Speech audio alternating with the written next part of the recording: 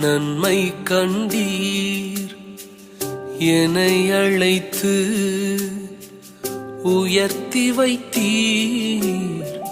என்னில் என்ன நன்மை கண்டீர். என்னை அழைத்து உயர்த்தி வைத்தீர்.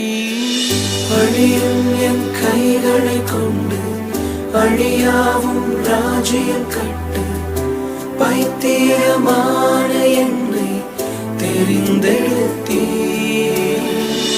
அழியும் என் உதடுகள் கொண்டு அழியாவும் வார்த்தையை சொல்ல எத்தனாய் வாழ்ந்த என்னை பிரித்தெடுத்தீர்.